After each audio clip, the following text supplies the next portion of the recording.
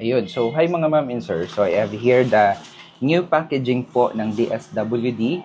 Ayan, relief supply na ready-to-eat food. So, ito naman po ay bagong packaging nila kasi po wala ng rice na nasa loob ng box. So, ano ba ang nasa loob ng box? So, meron siyang 3 pack ng chocolate rice porridge or champurado.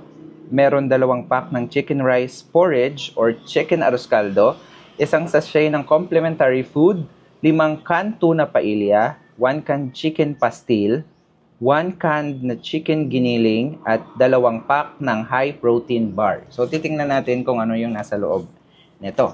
Pero, dapat po, pag naka-receive kayo nito, ay naka-sealed ho ito. Kasi, meron siyang warning dito sa relief supplies warning. Ayan, andyan o.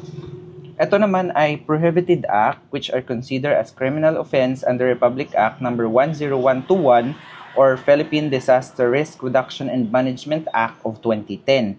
So, and shall be meted with appropriate charges. So, hindi pwedeng ibilhin ito, ibenta, resale of goods, repacking of goods, substituting or replacing relief items, diverting or misdelivery of relief goods, and covering, replacing, or defacing the label. So, lahat ng ito ay prohibited yan under the Republic Act 10121. So, ano ba yung nasa loob talaga? So, i-open ko sa inyo. Ito yung sabi nila kanina na merong 3 champurado. Ayan, champurado. Tapos, meron 2 arroz caldo. Ayan. So, ready to eat na po ito. Tapos, merong 2 protein bar. Ito naman ay biscuit. Ayan o. So, 2 to. Ayan. Tapos, meron siyang kanina na isa. Ito, yung mamsi. Ang tawag dito.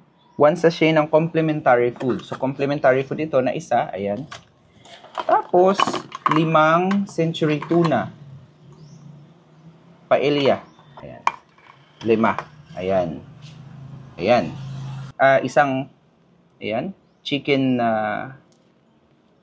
dilata na chicken pastil at chicken dilata na giniling. Ayan.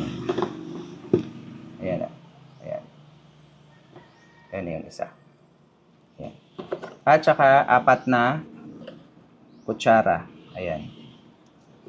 So, ito po yung laman ng ready to eat na bagong packaging ng DSWD na food packs. So, yun lang po. Ito lang siya kaliit. Ayan. Maliit lang. Bye.